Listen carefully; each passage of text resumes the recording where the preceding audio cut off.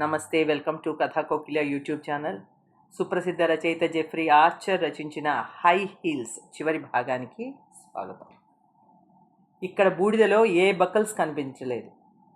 అలా నేను కనిపెట్టాను నీదంతా మోసమని. ఇదిగో డీల్. నువ్వు చేసిన క్లెయిమ్ని 400 మిలియన్ పౌండ్ల నుంచి 2000 మిలియన్ పౌండ్లుగా మార్చు. కాలిన నీ గోడౌన్కి క్లెయిమ్ చేసుకో. అంతేగాని షూస్కి క్లెయిమ్ చేస్తే నేను కూడా ఇన్వెస్టిగేషన్కి రిపోర్ట్ రాయాల్సి ఉంటుంది అన్నాడు ఎలెన్. ఇంకో మార్గం లేక డీలు మార్క్స్ తల ఊపి సరే అన్నాడు.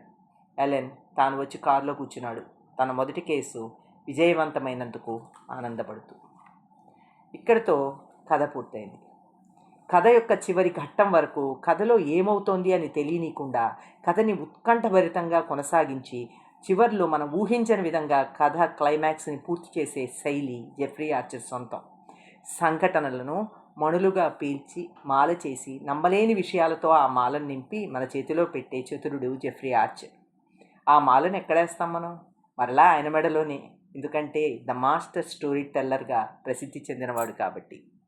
అంతే కదా. నమస్కారం.